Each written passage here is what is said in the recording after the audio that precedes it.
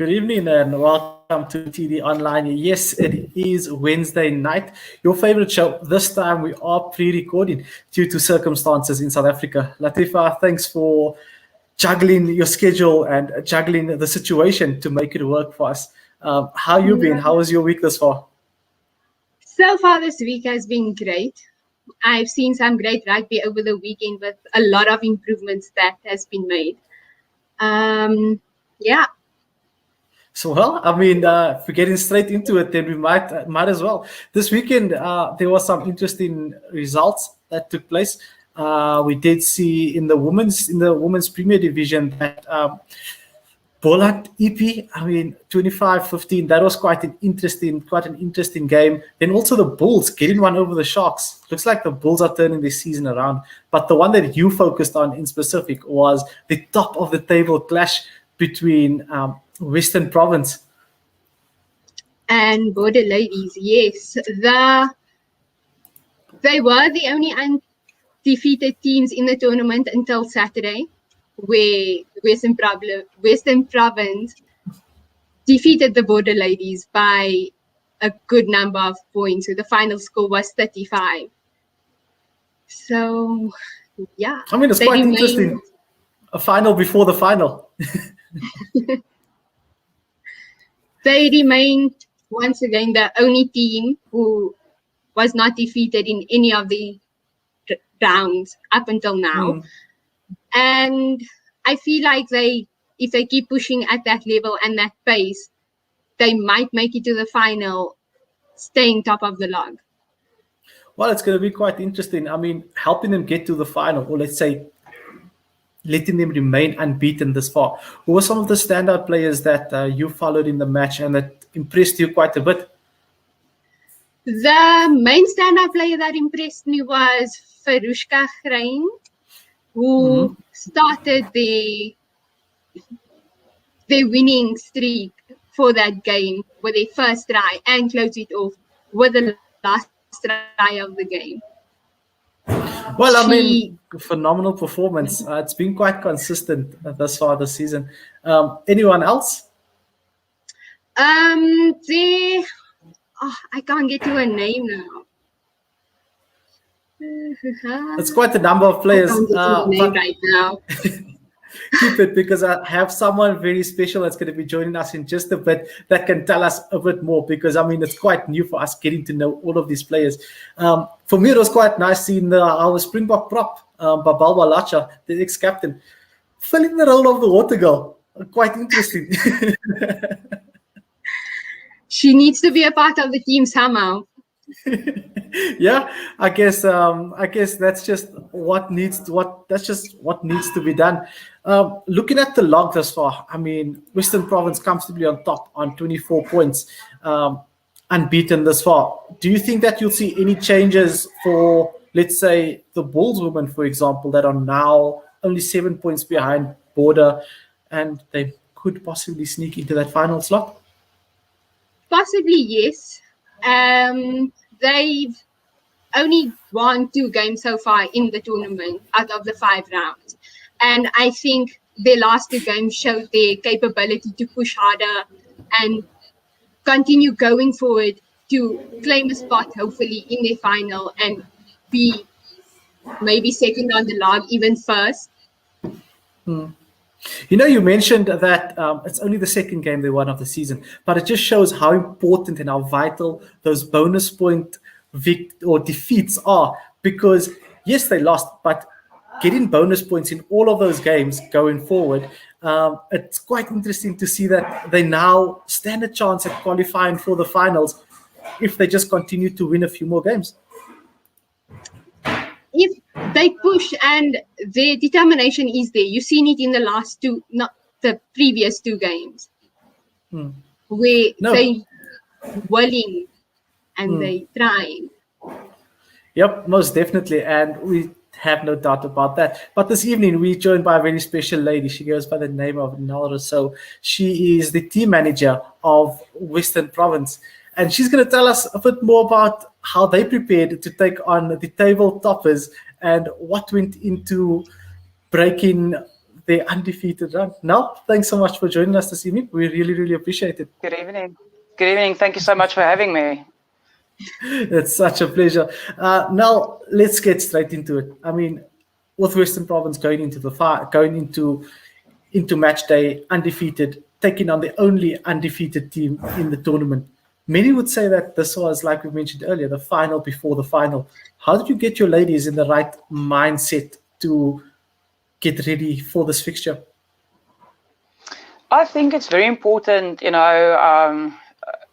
with keeping your eyes set on the task at hand.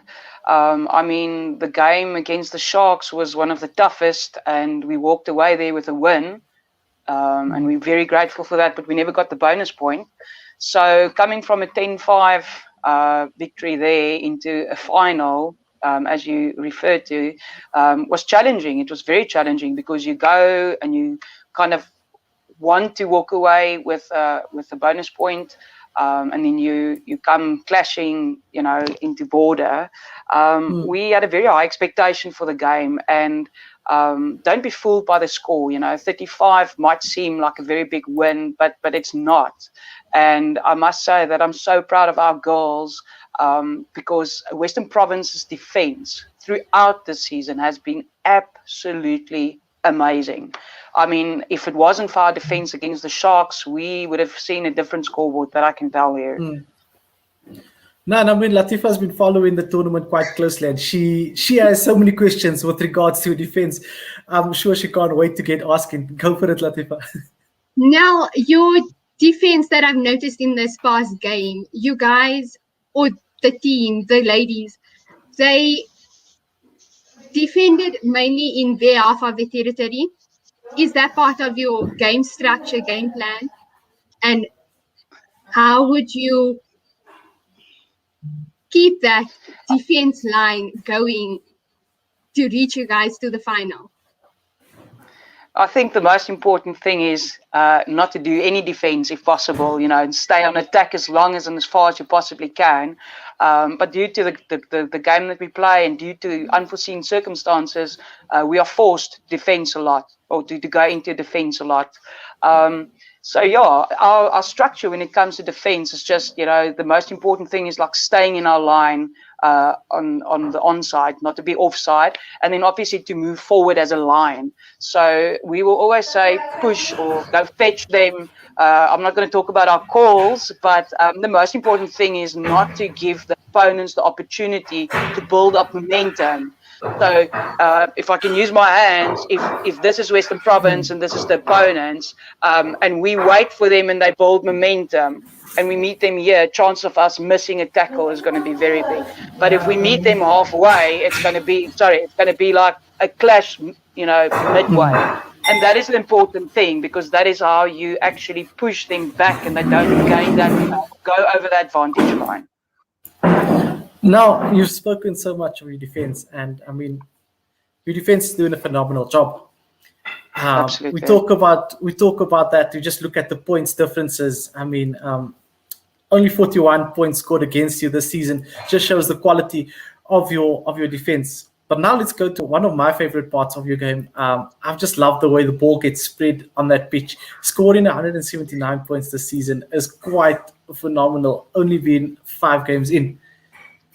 What are some of the secrets and some of the insight that you want to give us to your attack? Do you plan your attack in your analyzing sessions on how you're going to approach every game against your opponent, or do you stick to your structures and your calls that you practice in training and just execute them on match day? The thing is, it's very important to go and look at previous games of your opponents for match day. And you have to adapt your game plan and your game structure according to that. But you can prepare yourself as much as you possibly can. But things might go completely different on game day. So you might be planning on playing a kicking game against a certain opponent because you identify their weaknesses and their strengths based on the previous games. But maybe they've changed their whole game plan, and on match day we have to adapt as well.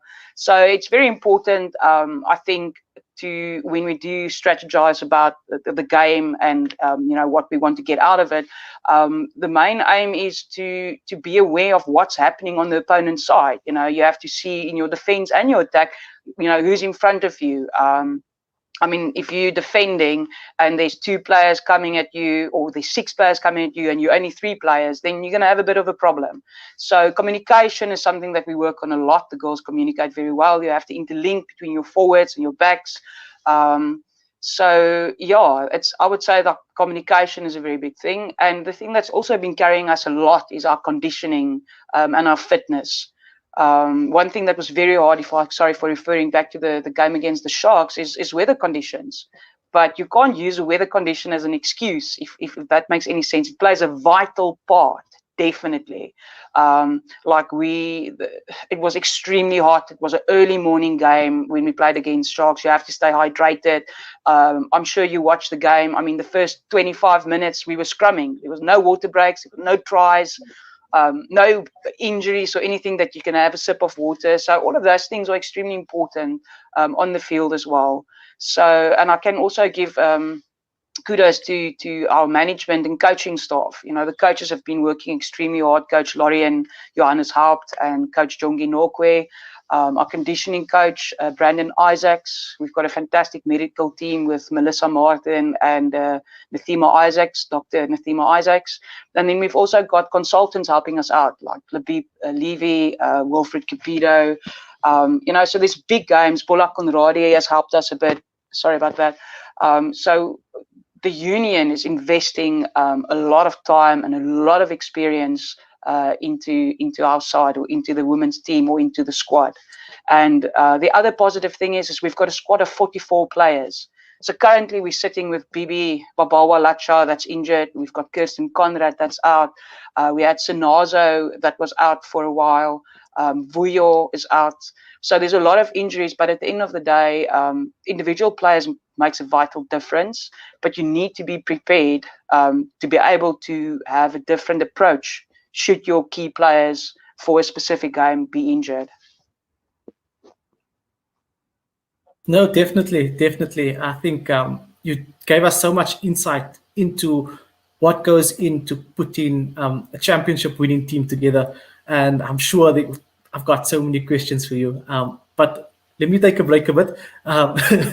Latifah, go for it. I know that you've got so many questions on your side.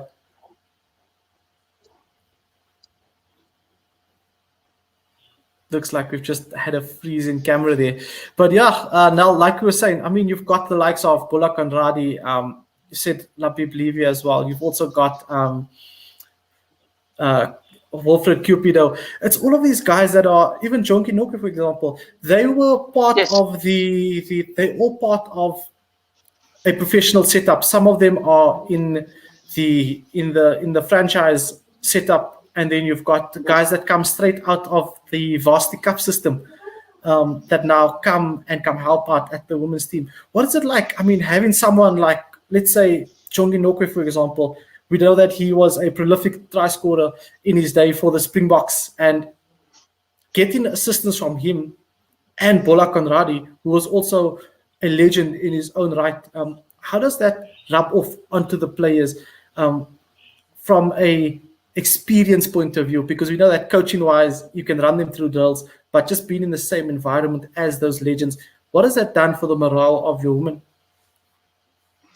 It's actually been very amazing, because Jongi has been the assistant coach for some years. He didn't just join us now. He's actually been in the mix since 2017. So having someone with playing experience is absolutely amazing, and someone that comes with experience like them, known for try scoring, debuts. If I recall correctly, I think Jongi had a hat-trick in his debut for the Springboks. That's correct. So there's a lot of things, but what I can also tell you is when we're on the field with them, they level with us in the sense of, they're not up there and we are down there. We level up. They build relationships with the players. they get to know the players' way of play. They get to know the body language, and at the end of the day, women is different than men. I think we're a little bit more emotional, and we experience things a little bit different in life. But at the end of the day, we play the same game with the same rules, and we're just as passionate about it. So, and just to bring it back, to key players like Labib and Wilfred, it's people that really invest into the team. They invest their time, and I'm so grateful to be a part of the Western Province Union, because the union have actually created the platform for us to perform. We get opportunity to play at Newlands, to play at Cape Town Stadium. A lot of history has been made this year, and they've had key role players built into this team way before we started reaching the final. So this has been an ongoing thing, which I'm very, very grateful for. You spoke about it being an ongoing thing, and how can you not allude to the fact that you've played for this union for so many years, and with you playing and now making the transition into an administrative role, what are some of the differences that you currently implementing that you'd have liked to see being implemented at your level when you were playing? And what are some of the clear differences that you can see from when you played to what's currently happening in the Premier Division? I think I had the privilege of playing for Western Province 9 consecutive seasons from 2006, and then straight after I was selected to be the manager of the team. The first year was extremely hard for me, in the sense of we had a brilliant manager prior to myself, and it was a lot of pressure filling her shoes, first of all. The administrative part, adapting to that, wasn't that hard for me because I like administrative things, but actually not being able to be on the playing field during that 80 minutes, that transition was challenging for me. But as a former player, knowing what the needs are, on whatever level, being a manager made it a little bit easier for me to approach certain things, because now being part of management, it gives you a bit of a voice to talk about rugby related, life related things. And because of that voice that I was given, I was able to build relationships. And here we are. It's been 5 years since I stopped playing, and I've been the manager of the union, the senior side of the ladies, and it's been amazing. And every year it just evolves. I'm speechless. There's certain days that I feel like I have to pinch myself. If I think about the first game of the season, it was history that was made at Cape Town Stadium. And it was a televised game, which has never, ever happened with provincial rugby in South Africa, women's provincial teams. So there's a lot of things happening. And SARU is also stepping up, evolving not Western Province, evolving women's rugby as such in South Africa is one of the main things that they are focusing on. And also just bear in mind, as I said earlier, that we are participating in the World Cup in New Zealand next year. So this is all part of the bigger picture. No, definitely. I was quite excited knowing that the World Cup was coming up later this year, and then all of a sudden it got cancelled. It was very nice chatting to a lot of the players and getting everybody's feel around the build-up to the World Cup. But now, the World Cup obviously is going to take place next year. But for you, rugby being televised, what does this mean to you that's been involved in the game for this long? And now eventually the game's televised. Has it somewhat had an effect of giving players a platform and exposure? Definitely. It's opportunity at the end of the day. If you think about 10 years ago, we would play a game in a stadium, some small stadium, no one was even aware of it. And now you can actually get sponsorships or sponsors, you can get coaches, from the international team, watching our games, live streaming our games, watching it on YouTube. If you look at Babawa Lachwa and Kimiko Manuel, they were contracted to play abroad, both in Spain and Germany, and then COVID happened. So, I mean, COVID stopped a bit or delayed a bit of the momentum that was built up.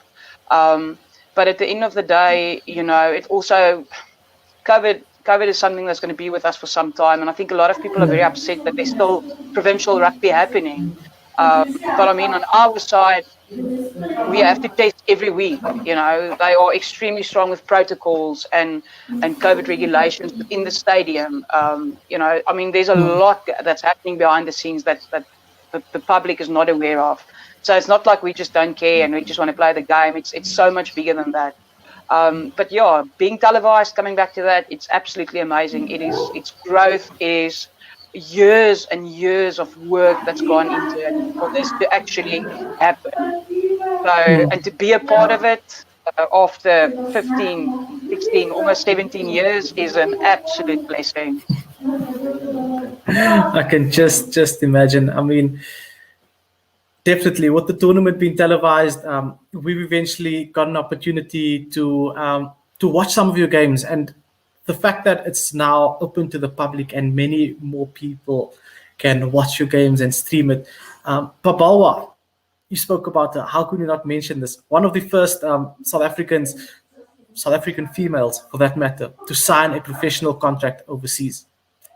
What is it like bringing her into your setup and having her in your team? What does she do for the team now that she's the water girl?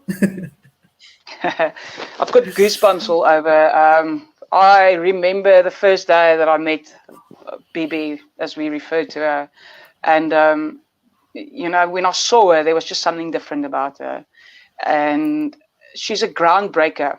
Not only is she just a groundbreaker, she's a humble human being with so much passion for life and so much passion for the sport. And she makes such a difference, on and off the field. And it is a privilege to still have her part of the team at the moment. She's out due to injury, a severe shoulder injury at the moment. And we are privileged to have a platform that we can actually still involve her. She's got immense heart that she brings to the team. She brings... there's so many words. I mean, I want to get emotional when I talk about her because it's just such an honor to know her. And to see how I literally saw her the first day she came to Western Province trials. And to see where she started and where she is today. And she's still the same human being in the sense of she cares and she reaches out. And she's a groundbreaker and she's local. That is something that I'm so proud of. And also with her education. I mean, she's a lawyer. She finished a degree.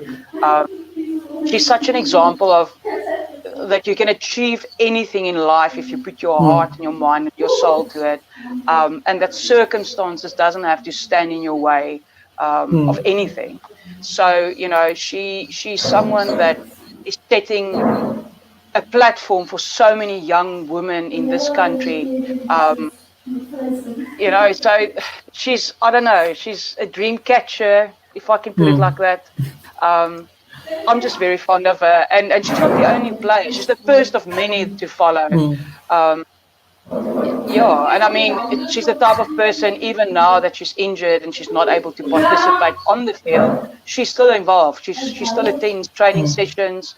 She still, provides opinions and uplifts and motivates the players. So, and I mean, as management and coaching staff, you can do just so much. The moment that whistle blows for the game to start, you leave it in the capable hands of the players. And I had a former rugby coach that I was very fond of, and he used to say or tell us, there's never a wrong move on the field because you in a position. If I'm the player carrying the ball, I see something that no coach or even the player next to me might see. So that's why in a nutshell. Now, do you see anyone who hasn't played in your starting 15 that we can look forward to seeing starting one of your games in the near future? Yeah, that's nogal a very tight call. Sorry, I'm having a bit of a disturbance on my audio. Yeah, I think from a management or coaching perspective, there's no one player that we can actually highlight at the moment. We are rolling or mixing up the starting lineup quite a bit. Yeah, I mean, if you look at someone like Aniek Geswind that has been playing from the bench and then she played starting lineup, you know, she made an immense difference in the border game. She got injured. She had a massive gash on her eye.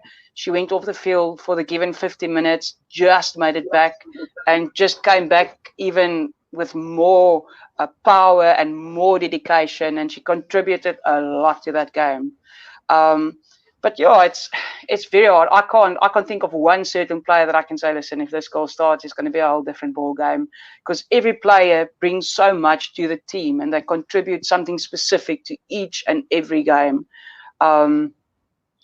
Yeah. So if you look at our choices that we've made as well, there's been quite a bit of movement due to injury, and also there's been movement on the fact that we would choose certain players to start and have the previous starting players come as impact players off the bench. So there's a lot of things that happens with regards to that. So I just think it will be wrong of me to highlight one certain player, but there's a lot of potential. What I can tell you is that there's a lot of excitement. If I look at the youngsters coming through from under 16 and under 18, like Alicia Aris, you look at Donnell Snyders, you look at Felicia Jacobs. She came from our under 16 and our under 18 Western Province mix. And I mean, she's still at it. She plays brilliant games. She contributes a lot. And the same with Cindy Boy coming back from her injury, stepping right back into captaincy in the absence of Babawa Lacha. So every player contributes in their own special way. So it's very hard for me to just say one specific player is going to come and make a big impact, but I can tell you that there's players that's going to join in and get an opportunity that's going to raise eyebrows. There's a lot of potential and experience in our camp, and even the youngsters, which might not have that much experience, the talent that they've got and the passion, it's going to make a heck of a difference on the field. Well, we're quite excited. This weekend, we've got a North-South derby. We know that the men's side of it is quite big, it's quite massive. This weekend, we've got the women's side of it. In the first game that went down at Loftus, Western Province ran away with it. The Blue Bulls are now finding their form and finding their feet in the tournament. How's your preparation been going for this game? It's a very big game. Every game is a big game, like I said earlier. I mean, if you look at the scores right throughout the first game for all teams involved, I think there's 1 or 2 games that had massive scores. But the rest, it's close calls. You know, you don't really get a score that's higher than in the 30s, maybe pushing into the 40s. And preparing for this game is different than the first game of the first round against the Blue Bulls. Like you said, they found their feet. They scored 7 tries in their last game. They've got brilliant players in their team, and they've gelled. You can see it, you know, and they like to play a running game. They're very strong on their feet. They've got very good handling skills. So, yeah, I mean, at the moment, it's actually so fantastic because both sides prepare themselves to the best of their ability. And, you know, all I can say is Doc Craven used to say, any team can win on any day. And that's something that I've really, really experienced. You know, you can't go, you know, this game is going to be fine. Bulls are strong. They're a strong team. They've got very Coach Gert and them on that side. They're dedicated coaching staff with a lot of experience. They've also got a lot of young talent in that team that contributes a lot. You know, and remember, we didn't play rugby since September 2019. So the first 2 games or so, it was almost like warm-up games in all due respect, because we weren't match fit. So now it's the second round. I think, you know, it's going to be very, very exciting, and it's going to have people sitting, including myself, on the edge of my seat. every single game. So this weekend is going to be a big game. It's in Cape Town Stadium. The kickoff is 1 o'clock on Saturday, and it will be televised on SuperSport. So I'm sure a lot of people will be able to tune in to watch that, but it can go anyway. I mean, obviously, I'm backing my team 100%, my coaching staff 100%, and I believe we've got it in us to walk away with a victory. But one mustn't become complacent before any game. You know, you must prepare yourself physically and mentally to the best of your ability, and then take the things as it happen on the field, because injury can happen. You know, a lot of things can happen. It's something that you can't plan to the T. So yeah, but we will see. I'm sure the Blue Bulls is ready for us, and I'm sure they're treating this game like a final. So we've got targets on our backs, if I can put it like that. We are the team to beat at the moment, and I think that also encourages the other teams, you know, to work even harder and to bring more to the field on the day. No, definitely the team to beat. Yes, it's gonna be an interesting one. Seeing how the Blue Bulls come into this game, they're finding their feet. I'm quite excited. I'm sure the rest of South Africa is as well. But now, before I let you go, I see we've got Latifah back. I'm sure she's got one more question for you before we do let you go. Now, your team has pushed really far up until now, and they've made it to the top of the log. Do you guys have a game plan in place to try and stay there all the way? Regarding the games coming up now, like Dr. said, with Bulls finding their feet in the tournament. Do you? Yeah. We definitely have a plan in action. The coaching staff is working very closely together to prepare for each game. And I think at the moment, remember, this is the first time that we're having a round robin. So usually in the Premier Division, there will be 5 games with the final, and that would be it. So I can tell you that we are feeling the pressure physically, emotionally, psychologically. So yes, we do prepare for every game, you know, with the bigger picture in mind. And I think that's also very important. You know, we have to look at things like maybe resting some players, you know, changing the lineup a little bit, bringing in some fresh legs. So yeah, the coaching staff is definitely, and the assistance that we receive from the union in terms of the means of Labib and Wilfred and Bola, etc. You know, everybody gives their opinion and assists the coaching staff in preparation for that. But I think the most important thing now is to stay fit and conditioned, because you can be fit physically, but you also have to have that mental fitness. You know, that things like weather conditions, whether you agree or disagree with a ref, whether someone on the field upsets you, or whether someone gets injured or something, you know, a spanner can be thrown in the wheel on match day, and you have to be able to adapt to that. So, as I said, we plan to the best of our ability in preparation on all levels, and then we work with what we have on the day, if that answers your question. Yes, thank you. Now, from Dakir and I'd like to thank you on behalf of both of us, and we wish you luck for the upcoming games, and hopefully we'll see you in the final. Fantastic. I sure hope so too. Thank you so much. We truly appreciate it. It's only a pleasure. Thanks so much, Nell. Latifah, looking at that, I mean, it's quite exciting. Seeing what goes into preparation for a match, and now we know exactly why they're top of the log. Anything from your side that caught your attention from the way they prepare and the way they go about planning for their matches? I feel like that when she spoke about their attack strategies, it shows that they do put their plans in place, and they prepare themselves to a point where they know anything could happen. It's a win or lose game. And getting there seeing what the opponent has for them and dealing with what they're given, I feel like that also just boosts their gameplay. No, definitely. I mean, that was quite an interesting chat, and I'm definitely looking forward to the rest of the show. What a way to get us started. But that we're going to cut to a quick break, and then we're going to come back and we're going to give everybody a couple of health tips on how to prepare for being out there in the sun. We do know that the winter sun is quite harsh, and we're going to be chatting to Rizwana. She is an owner of a spa, Bedazzled, on the east end of Johannesburg, and she's going to give us some tips on what athletes can do in order to keep their skin in the best condition while in the sun. Well, stay tuned to TD Online. We're going to be back after this break. Show to talk about skin.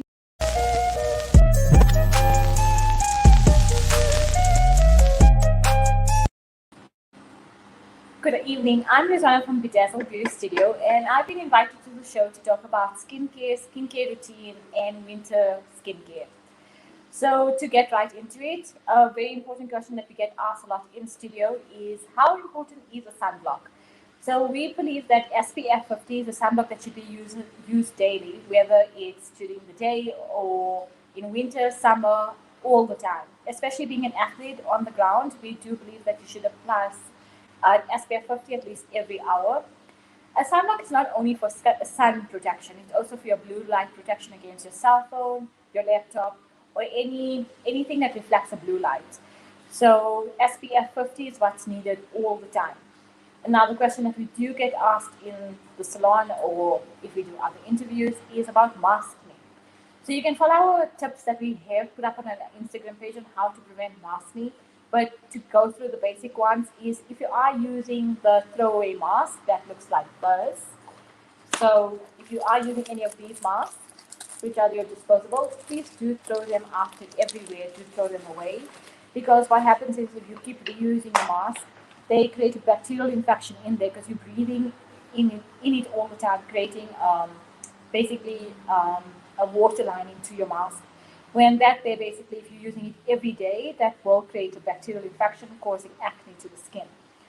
And another question that we get is how to prevent dehydration during winter. So we at Bedazzled, or I work with my co-worker Giselle, we believe in layering. So we create a layering process in all our treatments, which is basically we wash, we tone, we apply serum, and then we'll apply moisturizer and sunblock during the day, and then we'll just leave out the sunblock during the night. So that's how you do a layering process. During summer or winter, you just change up your moisturizers that you use, a richer one in winter and a lighter one in summer. If you have any questions or concerns regarding your skin, please contact Bedazzled. We are based in the Hellview. And myself or Giselle will gladly assist you, or please follow our Instagram pages. Our Instagram pages is Bedazzled Beauty Studio or the Hollywood Carbon Laser Studio. Thank you so much.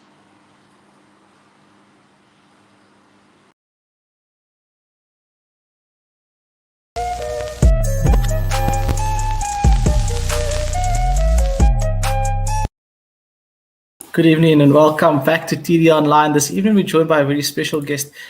She's a gymnast, but on top of that, she has broken the Olympic barrier for South African gymnasts. She is the first female South African gymnast that qualifies for the Olympics since Athens 2004. That is such a massive achievement.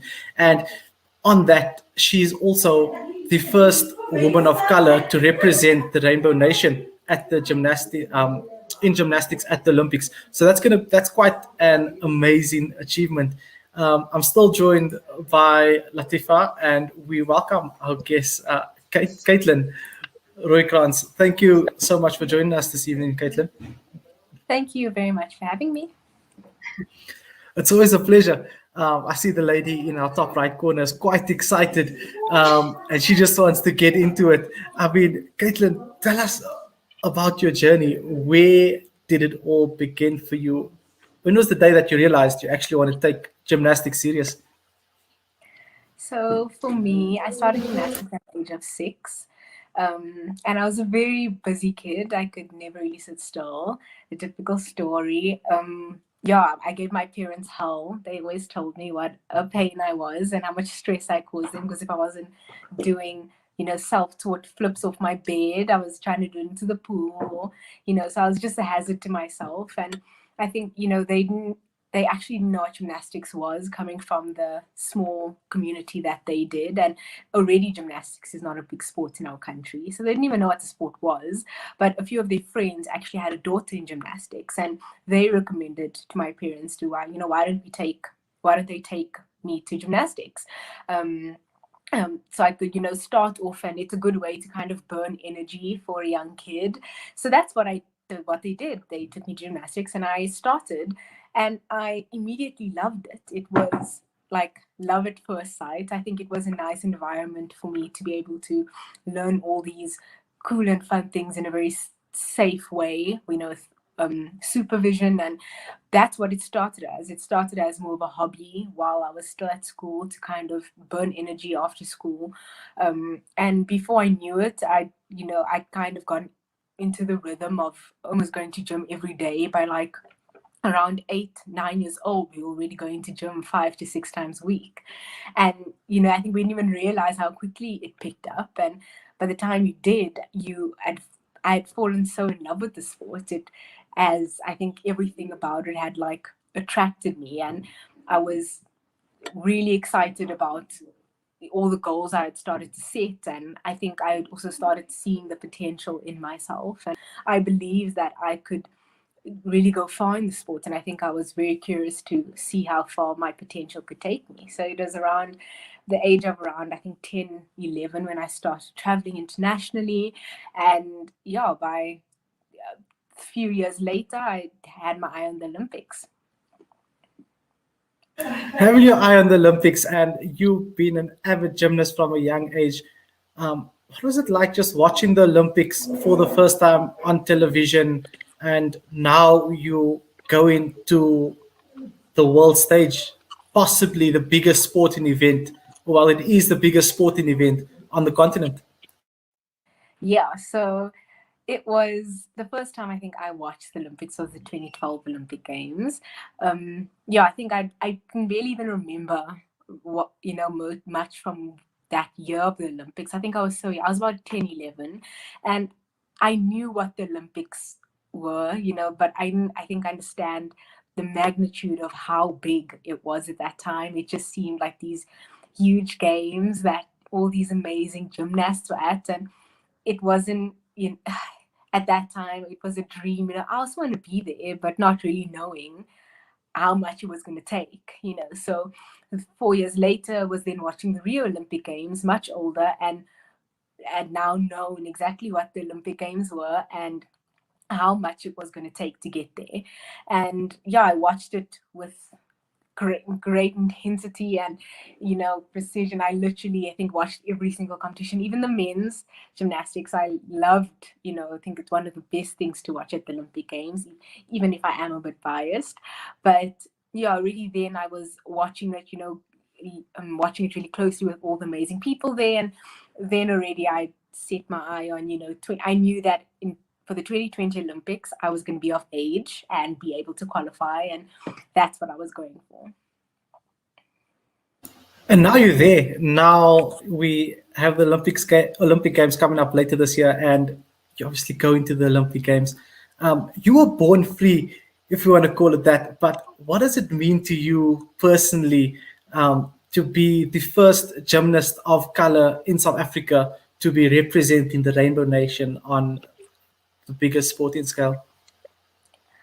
For me, it's a big deal for me. I think knowing that already gymnastics is quite a small sporting code in our country as it is, but even more so for people of color. It is majorly seen not only in South Africa but globally as a majority white sport, and a lot of people of color believe that it's not a sport for us. So I think for me, knowing that I've qualified and my best friend that qualified last week, we are both gymnasts of color, and to know that we can break that barrier, to show all these young girls and boys of color that it is possible, and it's not a sport that's not for us. We can also do it, and we can also excel at it. So it means a lot to me, and yeah, I'm really excited about it. No, definitely. I think we're going to be watching from our homes, and we're going to be quite excited for that too. Latifah has just joined us again. I'm sure she would like to ask you quite a number of questions.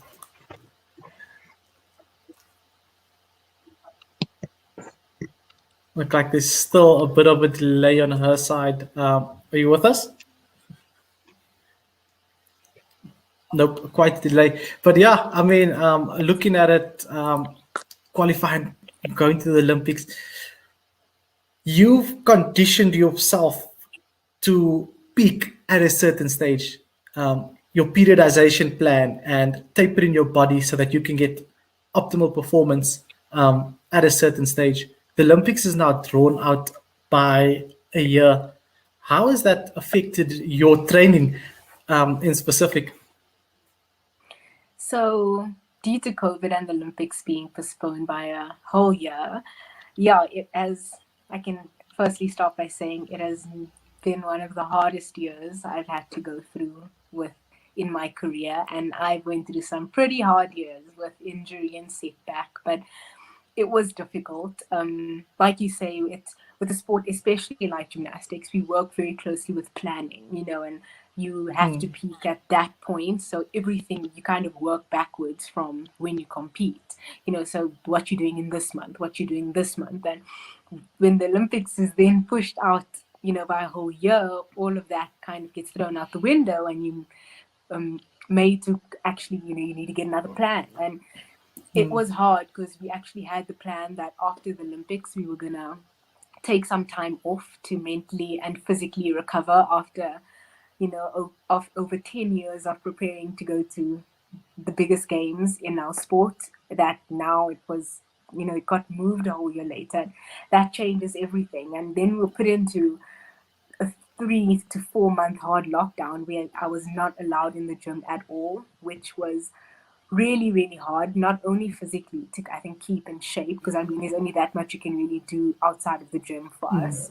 So we were only really focusing on things like your physical strength, your conditioning, your flexibility, and like fitness. That's all you could really do. Gymnastics is a very apparatus specific sport, so there's not much more that you can do besides that. And so once we eventually did get back into gym, almost 4 months later, we had to, you had to have now a very strategic plan in getting back also, because you can't make the mistake of also coming back too soon and then picking up overuse injuries. Because you haven't been swinging on bars for almost 4 months, and which would be the longest in our career that we were out for that long. So we had to then come back very slowly, and step by step I think we started off coming back in the gym with like 2 to 3 times a week with like 1 to 2 hours, which is nothing.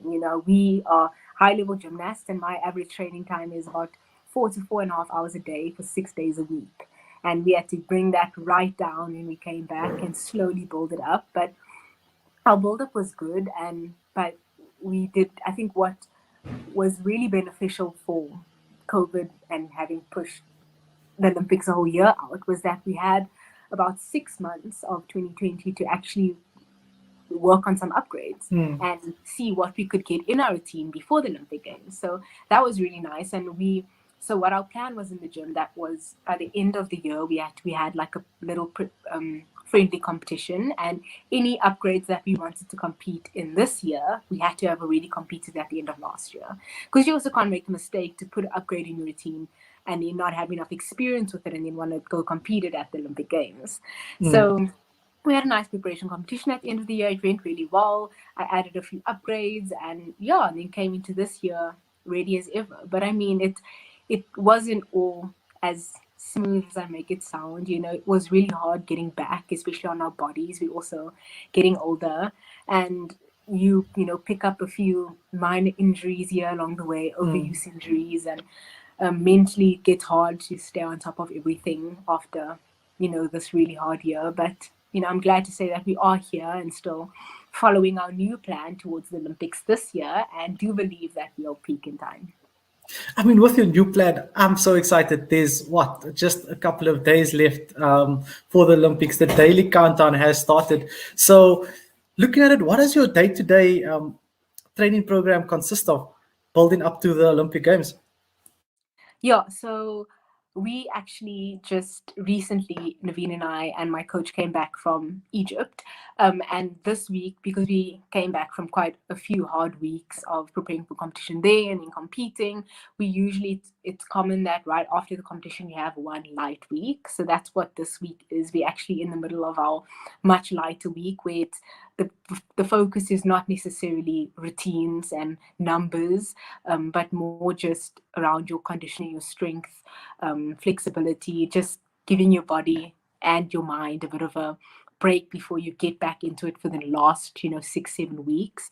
So next week we'll be putting in full steam ahead again, and our day-to-day program is going to look like we'll be training Monday through to Saturday, and twice in the week we'll have double sessions. So that's when you train like 2.5 to 3 hours in the morning, and then again in the afternoon, with additional 2 days in the week where you also do training at a gym, so like at a Virgin Active or something where we do weight training. And yeah, a lot of physio in between, a lot of hydrotherapy, I think people sometimes forget that a big part of being such a high level gymnast is the recovery. You don't just go home and that's your recovery. You have to do so much, biokinetics, physio, swimming, chiropractors, massage, sports massage. We do a lot. But yeah, so from next week, it's going to be hectic. Talking about the recovery, what is your favorite part of the recovery process? Is it getting your back cracked like a glow stick by the chiro, or is it the intense sessions that the bios put you through? Have you got a favorite? Yes, I do have a favorite, and I think it's probably everyone's favorite. It's sports massage. It is, it can be a bit brutal sometimes. Our sports masseuse can sometimes kill us, but it is, I think, it's the best at least once a week, we get a full 30 minutes of like a full sports massage, and it's very nice. It's very relaxing, and I think it's nice because it's slow, and for us, everything in our day is very fast paced. So to have a time where you can literally just go lay down and close your eyes and get a nice massage is really nice. So that's my favorite part. And then it has to be physio. I genuinely enjoy physio, and I also love my physio. So perks to that. Looking at it, and you homegrown, and I'm sure the South African community and the public is going crazy, and the comment section below would be going crazy as well. Caitlin, it wouldn't be fair on the SA public not to give them a background as to where you come from and where you grew up, and a bit of insight into your life outside of gymnastics. Yeah, sure. So when someone says that, I go into a bit of a panic because I'm so used to talking about my gym life, and then they're like, okay, let's talk about your other life. And I'm like, what other life? I don't know. There is another life besides gym. But yeah, so I grew up in the area of Florida Lake. Yeah, so that was my area, and it was a very nice area. I really liked it. And I was there for many years, and I attended school in Parktown. I went to Parkview Junior and Senior, and then I went to Parktown Girls where I did high school. But recently, maybe around just over 5 years ago, we moved to another area in Florida. It's not even that far, Florida Hills. But yeah, so that's been more of my life. I grew up with one sibling, with an older brother. He's about 10 years older than me. So it was a huge age gap, but yeah, we were quite close. And yeah, I had about, I want to say, quite a normal life too. Not really. I'm an athlete, but yeah, I think growing up we were a normal family until about the age of 8, where I then lost my dad very tragically. And then my mom raised me single-handedly, and it was around then that my brother also kind of moved out the house. So I think it was hard because for me, we went I was in a very normal, I want to say, like, full 4-person family, and then suddenly at a very young age it was two. It was just me and my mom, and it was hard a lot of the time to, I think, deal with a lot of the emotions I felt, and I didn't know how to really deal with it at 8 years old. But that's also where gym was very beneficial for me, that I felt, because it was at that time where my gym was also picking up, and I felt that gym was more of an outlet for me. I felt that, like, maybe I didn't know how to talk, but I knew, like, when I was in the gym, I could kind of let everything out and take it all out in my training, which was also good because then you just work hard. But yeah, that is, and ever since then, it's been me and my mom, and me and my mom in gym. That's been my life, and school. Well, your mom is a superhero No, in her own right. Yeah, she's somewhere there, so I can actually tell her on air that she's a superwoman. she's all the way downstairs. But yeah, she definitely Well, I'll is. make sure that when she streams this, she watches this, she'll be sure to see this. And to Caitlin's mom, you are a superhero. Thank you for raising South Africa's best um, Olympian and one of our future medalists, and also a great person in general. Thank you. So yeah, you've given us insight what it's like into your life, into your gym life. Let's talk a bit about something many athletes always avoid and tend to steer away from. If we look at mental health in sport, from a young age, you've had so much pressure on your shoulders. Um, how you said you used the gym as an outlet, but getting older, when you realize that there's more aspects to your mental health and staying in the right frame of mind so that you can perform at your best, uh, how do you manage all of that?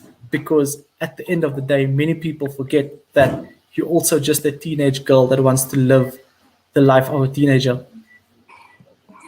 Yeah, so it's, I think, obviously at like 8 years old, you don't understand the severity of how important mental health is. So it helped. It was okay to do, to have gym as my coping mechanism then. But you're right, as I got older, and also there was more pressure. You when you're younger, the competitions are, gym is more for the fun. You do it for the nice leotards, for the medals. It's not that hard. It's not that much pressure. And then you get older, and we become elite gymnasts, and you go through injuries and setbacks and not getting chosen for teams, and it's not about the nice leotards and medals anymore. It becomes a lot more than that, and it's hard.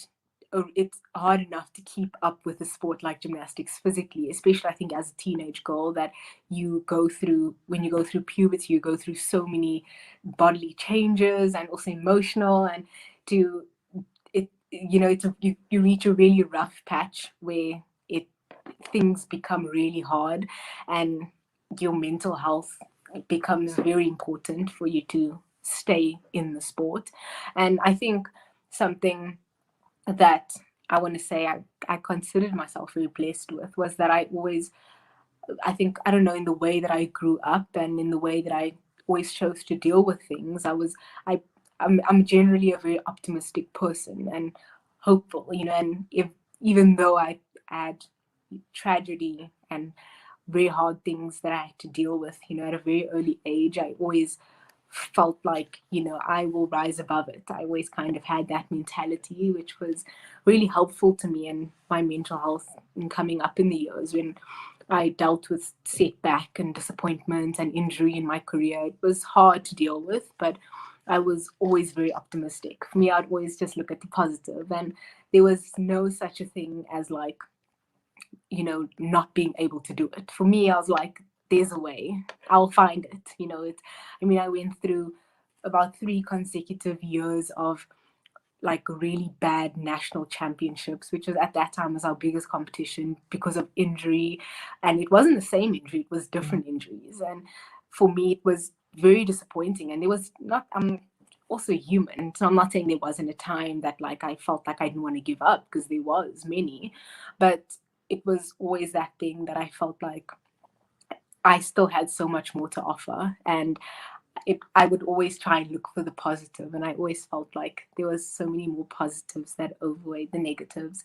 And our coach would always tell us that you don't end your career on a bad note. If you are to quit, you quit on a good note. You quit after you've won a competition or after you've achieved a goal, but not because of disappointment. And that, I think, stuck with us, especially through the hard times. But like I said, I think I was quite lucky to have a very optimistic mind and soul that really got me through the hard years. But there was also a time at the beginning of this year where I really did struggle mentally. I think because I didn't realize, and not only me, I think there was many other people, you don't realize what a big effect COVID has had on everyone and on your daily life.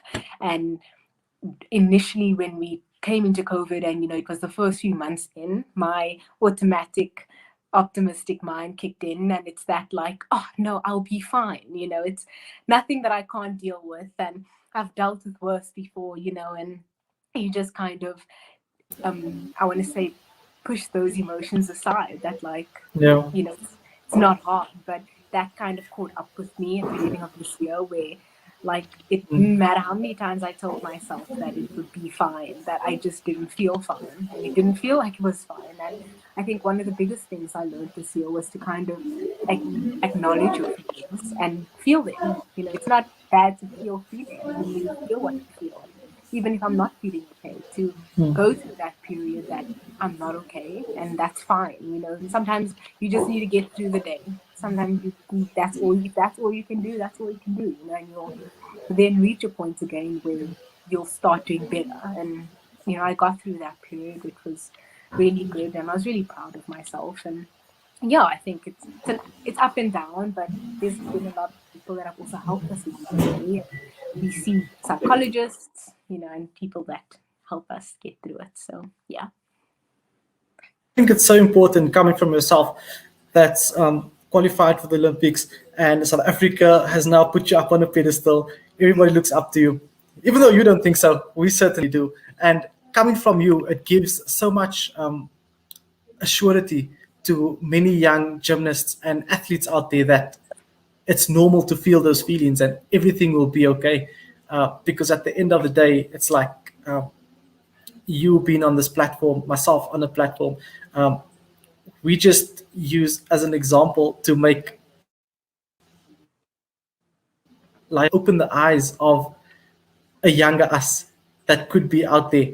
And the fact that you've done that alone is so assuring and so comforting for many athletes out there. And I thank you for that. It's a brave thing to do, to open up like that and give motivation to others. Really appreciate it. So coming up, Olympic Games less than 80 days away, 73 if I'm not mistaken, on the dot. We get into the Olympics. What's your schedule looking like going to the Olympics? Day-to-day planning. I know you have to throw in media sessions. I know you have to throw in PR sessions. How are you balancing everything out with your 6 hours of training, like you said? Yeah, so firstly, let me just correct you. It's actually under 50 days. The 50-day mark was just over 2 days ago, actually. So yeah, it's just under 50 days. It's very soon. Yeah, and I'm super excited. And yeah, the day-to-day is going to be majority training, like I said. But I think, you asked how we're going to deal with everything and how to balance it all. I think one of the main things personally that I need to remember is to keep up with my mental health. Like obviously I just spoke about it,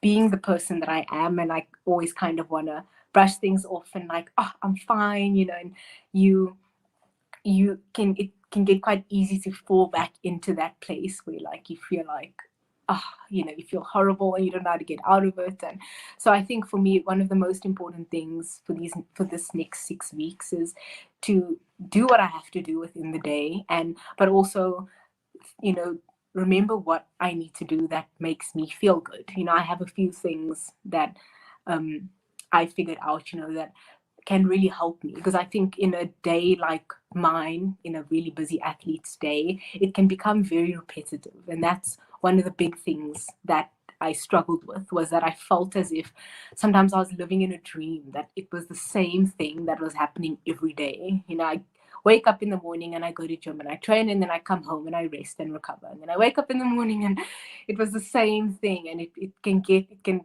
feel like it's driving you insane. You know, so I think for me, it's just to remember the little changes that I make in each day, the things that make me feel good, and to keep on top of my mental health. Because for me personally, I perform better when I'm in a good space mentally. It doesn't matter how good I am looking physically, but if mentally I don't feel good, then I'm not going to do well. So my main thing is to have the balance, you know, of working hard physically in the gym and recovering well, and also focusing a lot on my mental health and remembering what to do that will make me happy. Well, I can assure you that we're certainly going to be backing you. But Caitlin, that's all we have time for this evening. Thank you so much for your time, and I hope to be chatting to you real soon. Good luck for the Olympic Games. I'm going to stay in contact with you all the way through until you arrive in Tokyo. And even when in Tokyo, going to be chatting to you, making sure you're okay, and getting the rest of the country assuring that we can keep you in that good space so that you can bring some silverware home for our country. Thank you. Thank you so much. Thank you. That was Caitlin Rooskrantz telling us a bit about her journey in gymnastics and what she's went through to come to where she is now, only 18 years old. And one could say she's at the pinnacle of her career, but it's only one of the many pinnacles that she's going to have. One Olympic Games at the age of 18 and a couple more to come. Caitlin, thank you so much. That's it from myself, Vakir Dawood, and the TD Online team for this week. We look forward to chatting to everybody soon and interacting with our content that we have. Remember to like, comment, and share. So repetitive, but I promise you, it really helps getting stories like Caitlin's and the rest of our guest stories out there to the world. Thank you so much. That's it from us for this week. Until next week. Cheers.